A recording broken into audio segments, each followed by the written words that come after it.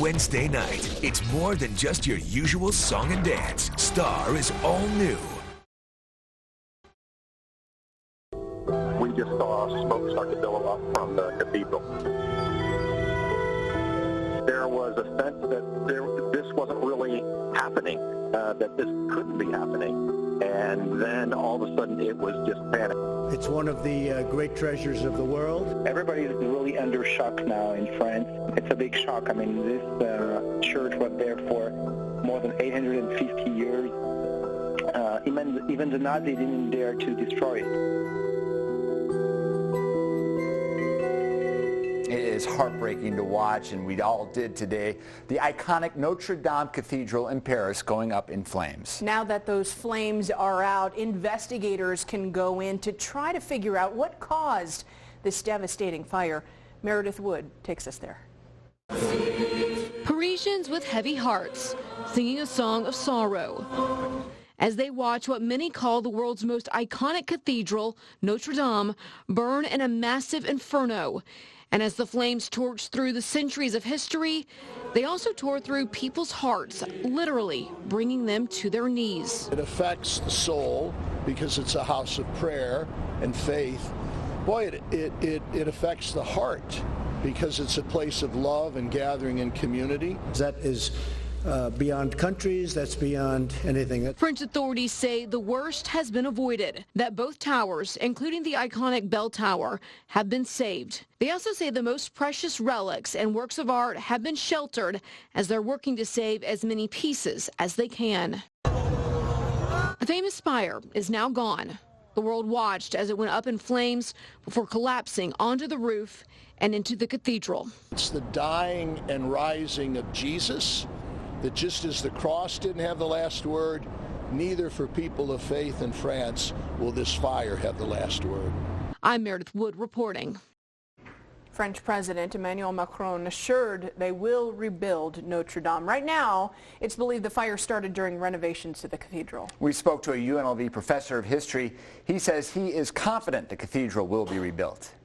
There was a very significant reconstruction. It was effectively destroyed by the 1700s. The city had effectively overgrown it. The large open plaza in front of it that many people recognize really didn't exist until the reconstruction of the city in the 1840s and 1850s to open up that space and create those vistas along the river. At 10:30, we'll take a virtual look at the size of the fire and show you what burned. Back here in the valley, a mother and her ex-football player boyfriend say they sat on, spanked, and had a 5-year-old girl do sit-ups and sprints as punishment. That's what we found in the arrest report for Sierra Wood and Amy Taylor. They both face murder and child abuse charges for the death of Taylor's daughter, Larea Davis. Taylor told police she'd typically spank or use a belt as punishment. Wood said he preferred exercise as discipline. Taylor and Wood are both expected in court tomorrow morning. A former model arrested after the death of a California psychiatrist is now back in Las Vegas. She appeared in court the same day an alleged accomplice surrendered to police.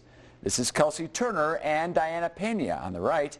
Today, Turner's lawyer said Turner denies any role in the death of Dr. Thomas Burchard. Burchard's body was found in the trunk of Turner's car at Lake Mead last month. Pena surrendered to detectives over the weekend, and she is scheduled to be in court tomorrow on murder and conspiracy charges. Take a look at this video. You can see a masked man get out of this silver car. He's pointing a gun at someone and robbed that person. And Metro Police need help figuring out who is the man behind the mask. The FBI is now involved. They're offering a $20,000 reward to help catch him. It actually happened on Valentine's Day near Tropicana and Durango. Police tell us this guy was armed and stole money. We don't know how much money. Police are looking for him and this silver Dodge Stratus. If you know anything about what happened or have any tips, call Crime Stoppers, 702-385-5555. An exploding e-cigarette caused a lot of panic and confusion at McCarran International Airport today. A witness told us it sounded like gunshots. Everybody on the other side is just running this way, a huge crowd. I mean, we're talking 500 to 1,000 people just running this direction, just every direction to get out, thinking guns going off. Hundreds of people flooding to try to get out. And I'm thinking, oh, my God, you can't get out of here. We're trapped. This is insane. This shouldn't happen. He said they ran to exits in the D gates, but the doors were locked inside even after hitting the panic bar. He says someone finally let them out by punching in a code.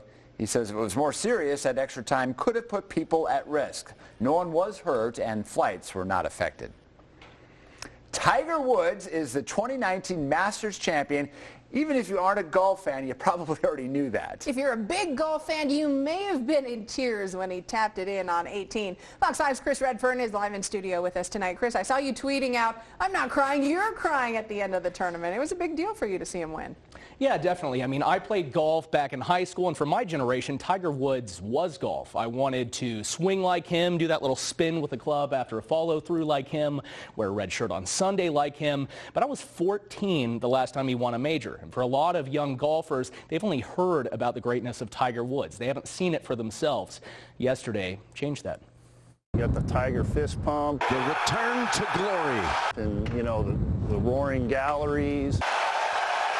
He got people excited about golf. In a way, Kids Golf Association Director David Ross told me no other golfer's done. There were several golf courses here in Vegas alone that had to be shut down just because there wasn't the interest in the revenue being generated anymore from the sport. Ross wants to spark that interest, that love of the sport that got him through the roughest patches of his own life. His organization introduces kids to golf who might never touch a club otherwise. It's not so much about the sport itself, rather the lessons you learn out on the links. Gripping a club is a lot like a good handshake. You have to take responsibility for a bad shot the way you might for a poor life decision. It's not only a sport, but it's also a mechanism or a way of channeling good influence to the kids at a young age. And it's a whole lot easier when you have a person as captivating as Tiger Woods. For the kids, it's excitement. The game's exciting again, and it's cool. To sit on the couch yesterday with my daughter watching Tiger, I said, and she even told me, she said, "That's Tiger Woods, right? You talk about him." And I said, "Yeah, that's Tiger Woods." And it was really exciting to have him come alive in her eyes again through another generation.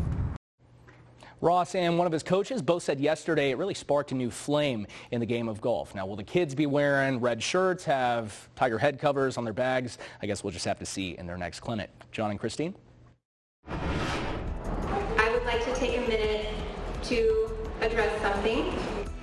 That's school board trustee Danielle Ford. She talked to local parents tonight who were asking her questions about the racial remarks she made at another meeting. How the parents responded to her second public apology. Also discussed at that meeting, traffic safety after a Fez middle schooler was hit and killed last month. We'll tell you how the county plans to make roads safer. Clouds sitting over the Las Vegas Valley tonight and rain on the way for tomorrow. There's the showers right there. We'll time out the arrival of this rain and also talk about the opportunity for some thunderstorms. That's all coming up, plus a beautiful sunset that happened earlier tonight. We'll explain why it was so colorful right after this break. You're watching Fox 5 News at 10. Local, Las Vegas.